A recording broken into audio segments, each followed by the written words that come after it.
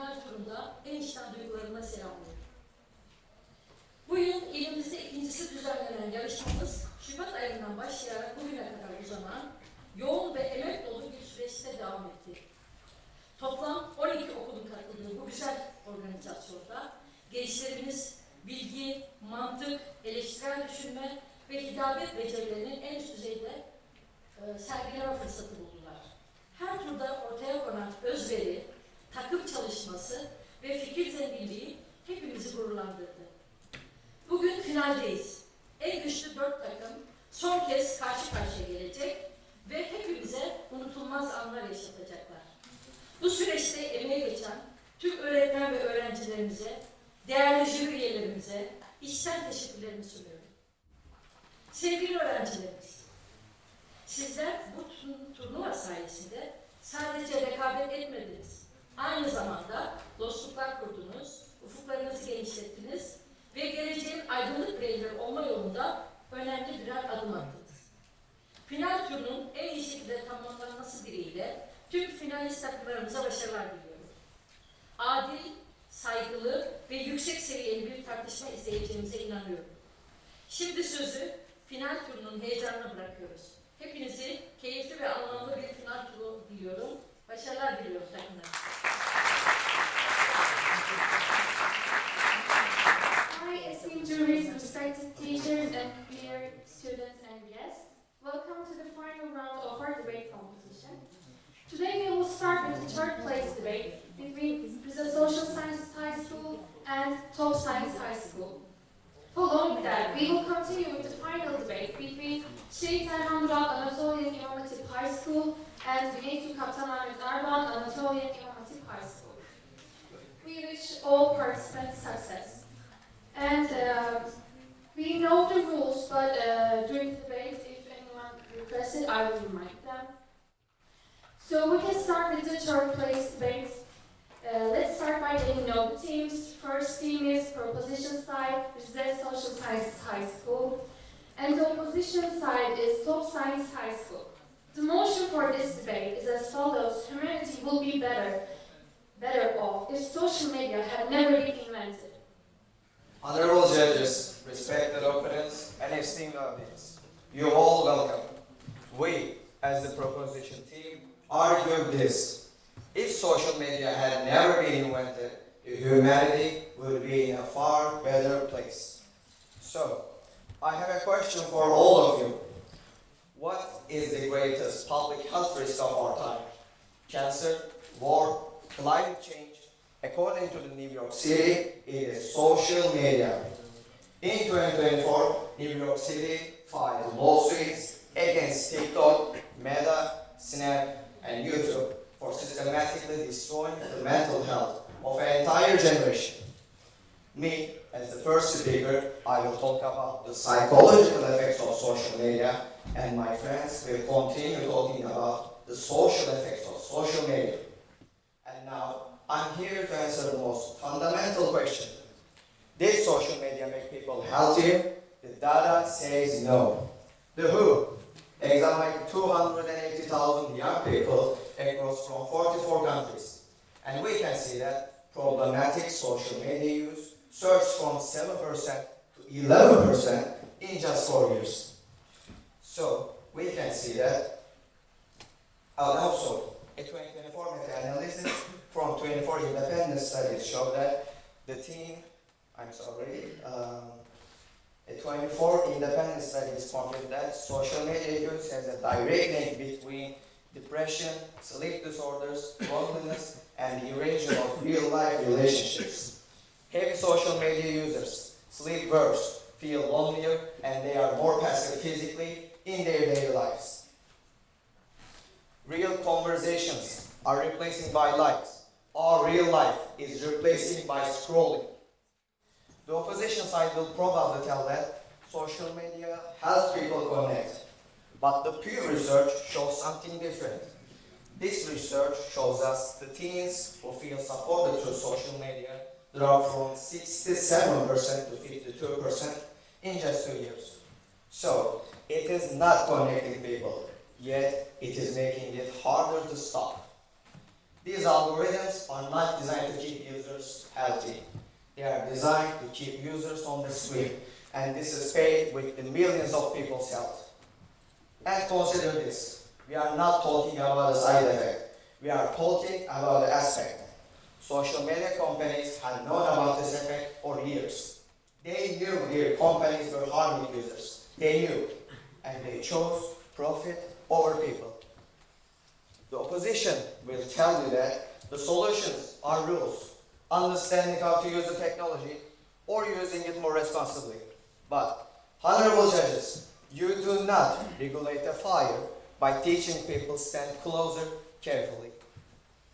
We do not need to think a world without social media is worse. Before social media, people still communicated, still cooperated, still shared ideas, and still built movements.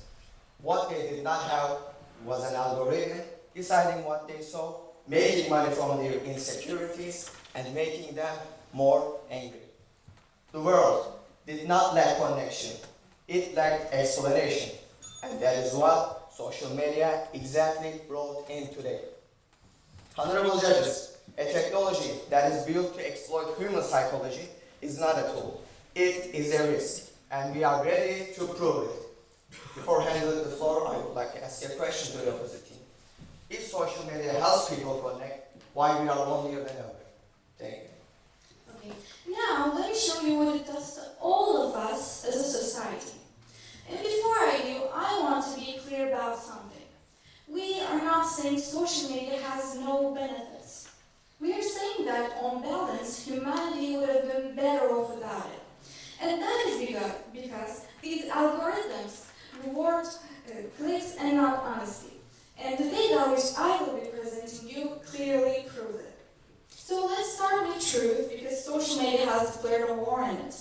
A 2018 MIT study found that misinformation spreads 6 times faster than facts. Can you believe it?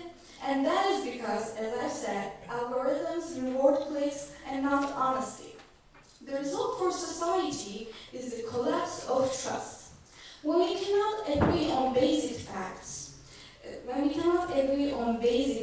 we cannot solve problems together, and then we no longer have a shared community.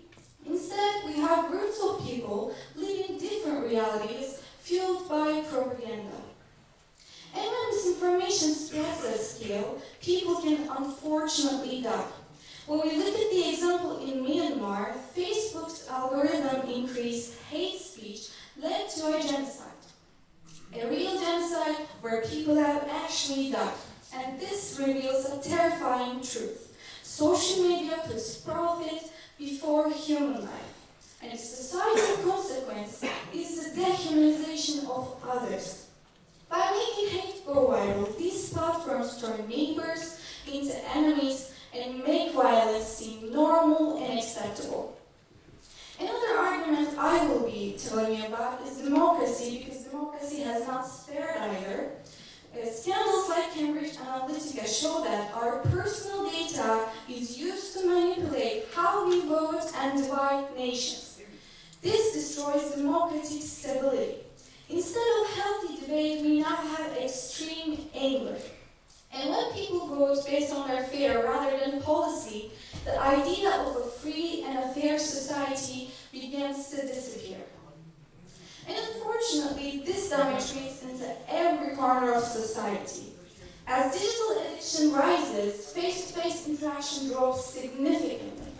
By replacing deep human connection with shallow digital loops, social media has created a global crisis of loneliness.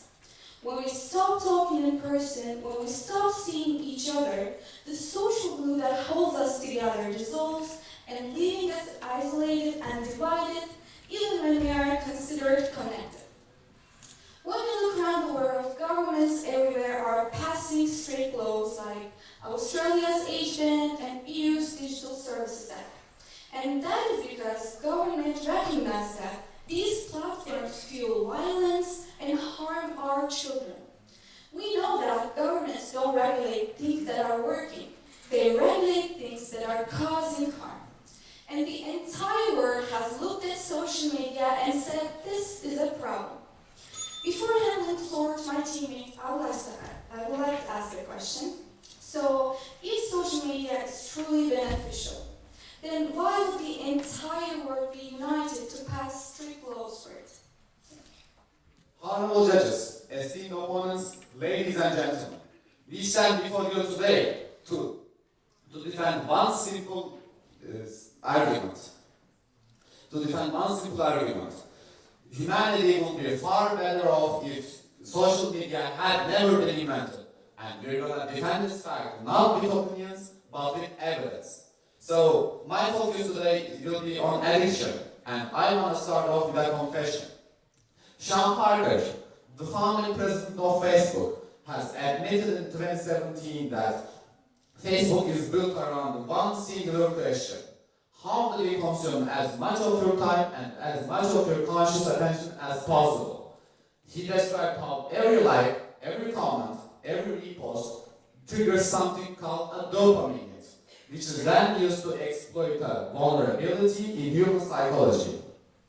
And then he added something that should concern every one of us in this room. We, the creators, the inventors, we all subconsciously knew this fact, but we decided to keep doing it anyway. And added, God only knows what is doing to our children's brains. That is not an accusation from the outside. That is a confession from the man who built it. And the science confirms exactly what he has admitted. A study done by the American Economic Review, which is one of the most trusted sources out there, has found out that the rollout of Facebook across universities in the United States of America has resulted in a decline of student mental health and academic performance. Students began comparing themselves to others online and felt like their own lives are not worth it, and their grades dropped as a result. So, we have the confession from the man who built it. We have the science to prove the harm. But it does not stop there. In 2023, 42 states attorneys have sued Meta, the one who's responsible for Facebook, for deliberately designing addictive features such as the like button, such as the constant push notifications, and the infinite scroll feature. The lawsuit argued that Meta knew what it was doing and the harm it was causing, but decided to keep doing it anyway. And just 3 weeks ago, the state of New Mexico has sued Meta for around $400 million because it was misleading parents about the platform's safety and leaving children open to abuse. Our opponents will tell you social media has more benefits, and we will address every one of those claims. But today, I want to leave it off with a simple question. At what number of people harmed does social media stop being beneficial? 1 million or 10 million? Because we already far surpassed those numbers. Thank you. Honorable judges, respected opponents, and dear audience. I'm Sheila, this is Admira, and this is Azra. Today, we stand firmly against the claim that humanity will be better off if social media had never been invented. While social media is not flawless, it has become one of the most influential tools for progress, awareness, and opportunity in the modern world. Social media has changed the way people learn, grow, and understand the world around them. Every day, millions of people use these platforms to access educational content, learn new skills, discover career opportunities, and stay informed about global events. A student can learn a language for free, a small business can reach customers, and a young person can gain knowledge that was once difficult to access. Without social media, many of these opportunities will be limited to only a few. It has also given ordinary people a voice. In the past, attention belonged mostly to large companies, television networks, and powerful institutions. Today, individuals can share ideas, raise awareness, and speak about issues that matter to them. Social media has helped bring attention to injustice in environmental problems, mental health awareness, and humanitarian crisis. Many important conversations become global only because people had a platform to speak. Social media has also created space where people feel seen and understood. Many individuals who feel isolated in daily life are able to find supportive communities online. People with shared interests, similar struggles, or common goals can encourage one another and exchange experience. For many, these platforms are not just entertainment, they are places of belonging. Our opponents may focus only on the negatives such as addiction or harmful content. Those problems are real, but they are problems of issue, not proof that the invention itself was a mistake. Cars cause accidents, yet we don't say transportation should never have been invented. The answer to an issue is responsibility and improvement, not erasing progress. If social media had never existed, humanity would lose opportunities, awareness, and voice that deserves to be heard.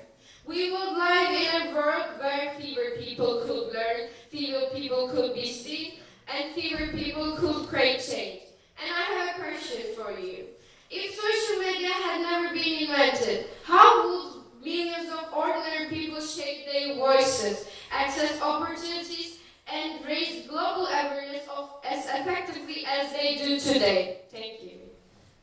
First of all, I would like to mention something. As you said, social media has both benefits and negative effects. So I'm going to ask you something. Aren't all tools like that? For example, a lot of people die because of car accidents. So are you also suggesting that I wish like car weren't invented because a lot of people die because of it? So when we talk about social media, the conversations often dominated by its risks, like addiction, misinformation, and negative effects. However, if we truly want to understand the impact on humanity, we must look beyond these concerns and focus on what social media has actually contributed to our world.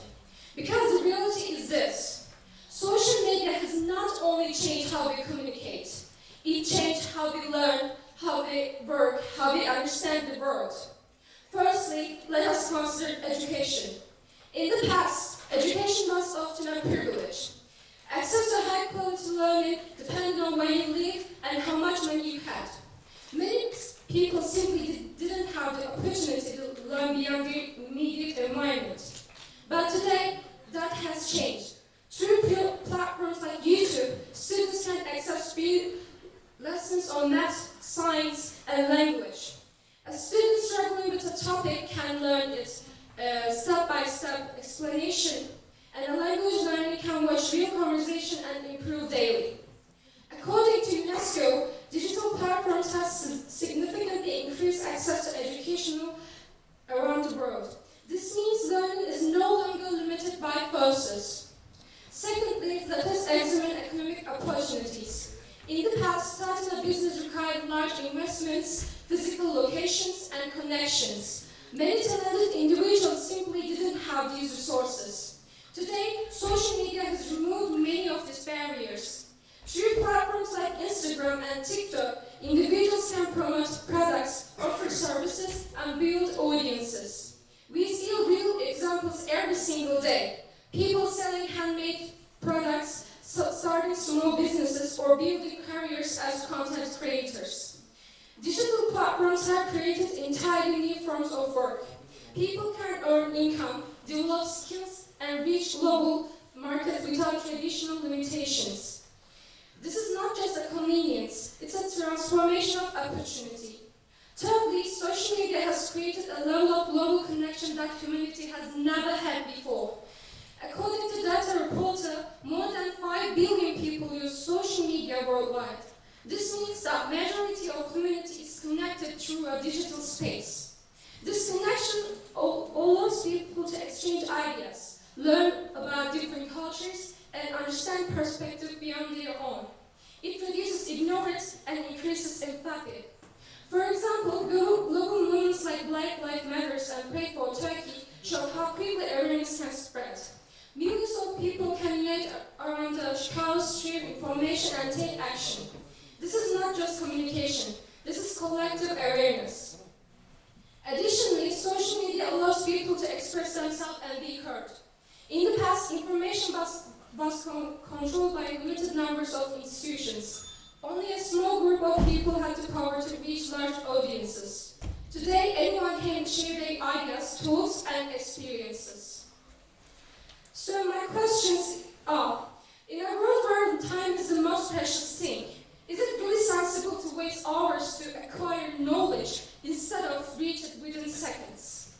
And also, if social media was never invented, how could we reach information that easily? Are you suggesting privilege in learning?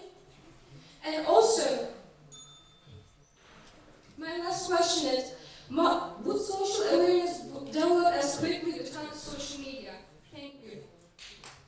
We often hear social media described as a distraction or a bubble. But if you look closer, social media is the most powerful tool for human connection ever invented. Now, let me give some examples and details. Before social media, if you had a rare hobby, a specific health condition, or a unique technical interest, you were often alone in your local community. Social media erased that isolation. Platforms like Reddit or Facebook groups allow people with rare diseases to share life-saving advice and emotional support that they couldn't find in a local clinic. Similarly, young engineers or hobbyists can join global groups to collaborate on complex projects, sharing designs and troubleshooting in real time. Social media turns lonely interests into global collaborations. No one has to be the only person who cares about a specific topic anymore. So, I have a question for the proposing team. What would happen to those people if social media never existed? I do have an answer for that before them. They would be alone and isolated, trying to live with other people with different interests. In the past, to be successful, you need a gatekeeper. By gatekeeper, I mean a boss, a talent scout, or a massive marketing budget, which is hard to find. Social media has handed that power back to the individual. Look at LinkedIn or TikTok. A freelancer in a developing nation can build a professional brand that attracts international clients, or a small business owner can reach millions of customers without spending $1 on traditional TV ads. So, I have another question. If there were no social media platforms, where would all those people work? This has created the creator economy, allowing people to monetize their unique skills on their own terms. It has leveled the economic playing field. Last but not least, social media has turned every smartphone into a witness and every user into a reporter. It provides a level of transparency that traditional media often misses. During natural disasters, like the earthquakes in Turkey or wildfires in Australia, social media platforms are the fastest way to coordinate rescue efforts, donate directly to victims, and share proof of life with worried relatives. I also want to remind you that some people reconnected with their loved ones via social media in the 2023 earthquake. It forces global attention onto issues that might otherwise be ignored. It creates a sense of global empathy, where we can see the lived reality of people thousands of miles away, making us more informed and active citizens. My last question is, traditional media has gatekeepers and censorship, but social media has witnesses. In a high-stakes crisis, like an earthquake or a wildfire, which source is more reliable? The traditional media, which is led by government, or social media with free will? Thank you. We prove that it destroys the truth, weakens the foundations of our democracy, also its physical, psychological, and social consequences. Not only with those, we also prove that these are not accidents, and they are the result of a system that is deliberately designed to put profit before people. So in response to your arguments and questions, I want to remind you again, we are not saying social media has zero benefits. However, the evidence we have presented unfortunately outweighs those benefits. And the real impact of social media is very different from what you see through your pink glasses.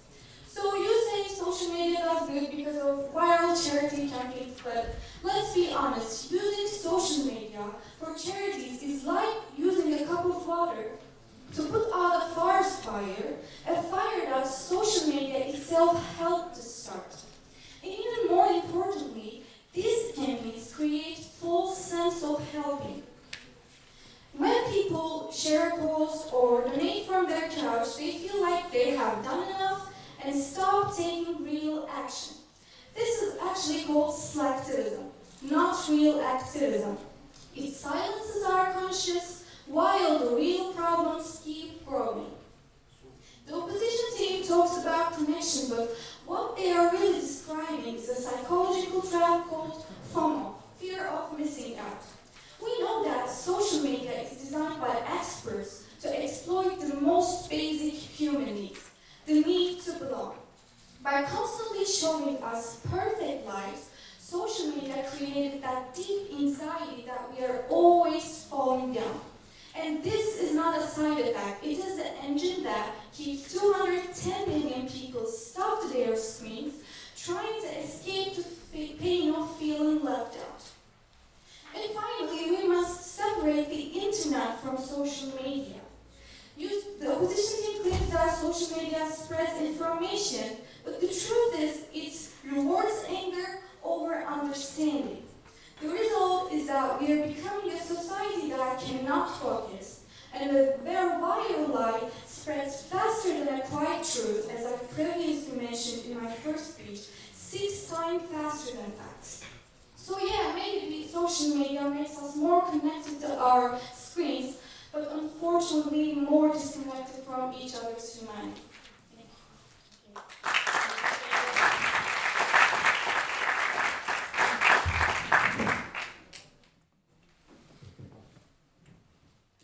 Honorable judges, esteemed opponents, ladies and gentlemen, my teammate explained how social media affects us. Now, I want to do a before and after comparison to further solidify our point. Before social media, teenagers felt insecure sometimes. They had bad days. They argued with their friends. But the moment they went home, it all disappeared. The bullying ended at the school gate. The comparison was over when you closed your eyes at night. You were actually competing with people you know, rather than millions of people with perfect lives and filtered photos. After social media, it never stops. Bullying follows you to your home, to your room, and to your mobile phones. You're not competing with your classmates anymore. You're competing with everyone, everywhere, all the time. And you're losing, because the algorithm only shows the best of everyone else. Before social media, teenagers who felt lonely could feel better by taking a walk or talking with their friends. Loneliness was something we could escape. After social media, loneliness got worse. Anxiety, depression, and feelings of self-worthlessness skyrocketed.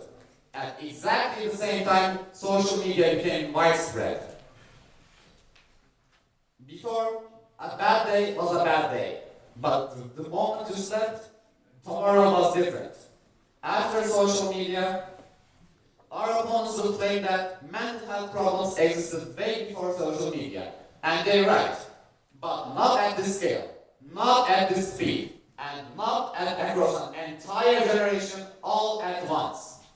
That change happened after social media, and that is not a coincidence, that is a consequence.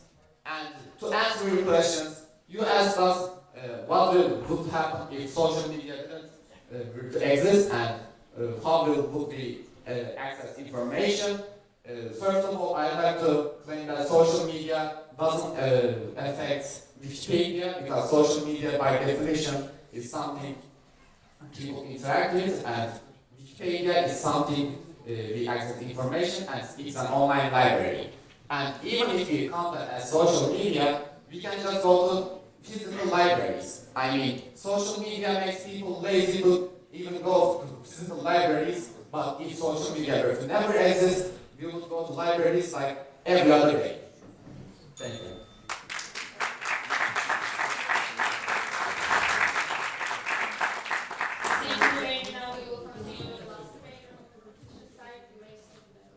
Honorable judges, respected opponents, and esteemed audience. Before my speech for this round, first I would like to answer the questions our opponents asked. First, they say social media helps people connect. I already showed their research at the first round, but I would like to show it again. The Pew research. This research shows us the teens who feel supported through social media dropped from 67% to 52% in just 2 years. Also, in 2023, America declared a loneliness epidemic. And we can see that 1 in 3 people say that they do not have a close relationships. And I would like to underline this sentence. This happened when the social media was at its peak era. If social media really connected people, we would not see this much loneliness. We would see the opposite. Social media does not create real connection. It creates a fake one. It is creating the fake one while it destroys our real-life human relationships. Second, they said social media supports free expression. But what kind of expression? Algorithms do not promote truth. They promote anger, fear, and conflict. Why? Because this keeps users on the screen, and that is what exactly social media platforms want from us: money. When social media platforms depend on emotions to make profit, the most extreme and the loudest voices become popular, not the real, not the honest ones. This is not free expression. This is controlled division. Third and last, they said social media helps social movements. Yes, social media can help people organize and share ideas. And we do not deny that social media has been used for people being organized and raise awareness. But important movements existed long before social media, like civil rights and women's rights. Social media did not create movement. It created problems, misinformation, surveillance, and making movements for bad purposes. For every real movement social media created, it also created problems. It also created fake news campaigns, radical groups, and online attacks on individuals. The opposition is asking you to keep the fire down because it sometimes warms the room. But they are ignoring that this fire is burning the house down. Cyberbullying is a serious issue, but it's important to understand that bullying itself is not new. It exists long before social media in schools and communities. The difference today is visibility and accountability. On social media, harmful messages can be recorded, screenshots, and reported. Victims can provide evidence, and others can support them publicly. If you look at real cases online, you often see large numbers of people defending victims and exposing harmful behavior. In the past, many cases of bullying remained hidden and very difficult to prove. So social media did not create bullying. It made it visible and easier to address. Removing it would not eliminate bullying. It would simply make it less visible and harder to fight. Thank you.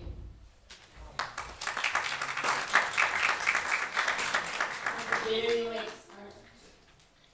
the 2025 climate-related flooding in Southeast Asia, local citizens used X to create live, crowdsourced rescue maps. This allowed volunteer boat crews to find stranded families hours before official government rescue teams could arrive. A July 2025 study by Lifespan South revealed revealed that for individuals in niche or marginalized communities, mindful social media use actually decreases feelings of loneliness by 40% by providing a sense of belonging that physical neighborhoods often lack. So, I also want to answer some of the proposition team's questions. I want to answer first Bailey's question about being alone. During the COVID-19 pandemic, people are physically isolated, yet they remain socially connected through platforms like WhatsApp and Instagram. Families, friends, and classmates communicated daily despite being apart. Without these tools, many people would have experienced much deeper isolation. It is also important to note that communication has always evolved, from letters to phones and now to social media. So, rather than destroying relationships, social media expands the ways in which we maintain them. Also, don't think of information as a scientific information. Social media has news about daily life, which also counts as information. It also includes information about loved ones in a possible natural disaster, as I mentioned before. Thank you. This debate comes down to one simple question. Has social media made humanity better? And after everything you have heard in this debate, we believe the answer is pretty clear. Now, let's remember what we have talked throughout this debate. My teammates and I talked about the personal, psychological, and the social toll of these platforms. And they tell you to, our opponents call this connection. We, however, call this a trap. They tell you to look at the positives, but those positives are just illusions. Remember this. Using social media for good is like using a cup of water to put out the forest fire. Our opponents are asking you to keep the fire because it sometimes warms the room while ignoring the fact that it is burning the entire house down. Now, let us make this simple. On one side, the opposition places their noble claims, but let us weigh them against the undeniable truth. You say media allows for free expression, but we have proven that there is no such thing as freedom when the algorithm is the one deciding what you see and manipulates your thoughts. You claim it spreads information, but we have shown you that it actually spreads misinformation 6 times faster than the truth. You argue that it brings us together, but we have proved that it actually isolates us, creating a loneliness epidemic that replaces deep human connection with shallow digital ones. And you point to charity campaigns, but we have exposed slacktivism, a dangerous trap where people stop taking real action and feel satisfied with just one like, while ignoring the world's deepening problems. On your side, you have hopes and dreams. On our side, we place the heavy, undeniable evidence. A WHO data on 280,000 young people, a confession from its founder, a genocide, 42 laws from the states, and a generation whose mental health is in shambles. Your arguments are based on the potential of an idea. Our arguments are based on the wreckage of reality. Look at the scale. It is not even close. Our side hits the floor with the crushing weight of the truth. We are not against technology. We are not against communication. We, however, are against a technology whose entire foundation is the exploitation of human psychology. The scientists agree. The courts agree. The countries from all over the world agree. Humanity will be far better off if social media had never been invented. That is not a wish. That is a verdict. Thank you.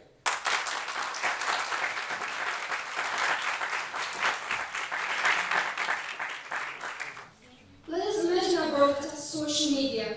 A world where students cannot access free information within seconds. A world where people cannot call for help instantly during disasters. A world where millions of voices are never heard. A world where communication is slower, access is limited, and opportunities are unequal. Does it really sound like a better world? Or does it sound like a step backwards? Because that is exactly what the opposing team is asking you to support. Throughout this debate, they focus on the risk of social media, but let us be honest, none of these problems are new. Bullying existed before, misinformation existed before, social pressure, conflict, inequality, and even manipulation existed before. Long before social media, people were influenced by propaganda. False information spread through newspapers and rumors.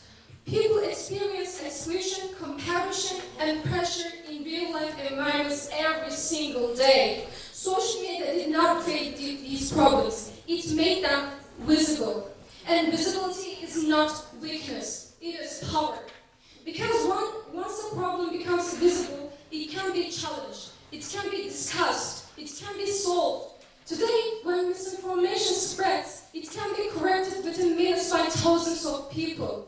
Today, when someone is bullied, it can be exposed, reported, and publicly challenged. Today, when people feel alone, they can find communities that understand them, support them, and feel them. Without social media, these problems do not disappear. They simply become invisible again, harder to detect, harder to challenge, and harder to solve. Now, let us consider what humanity has gained. We have gained access to knowledge, free, instant, and global. A student in one part of the world can learn from someone in another within seconds. Education is no longer limited by wealth or location.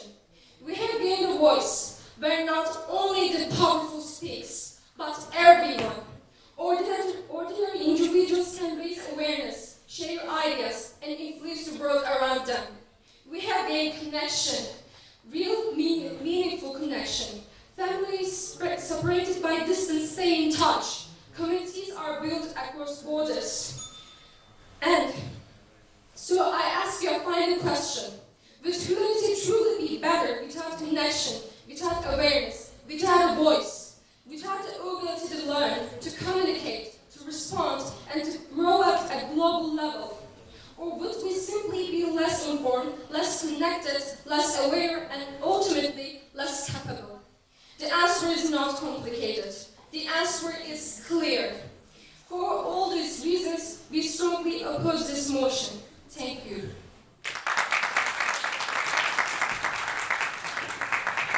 Teşekkür ederim.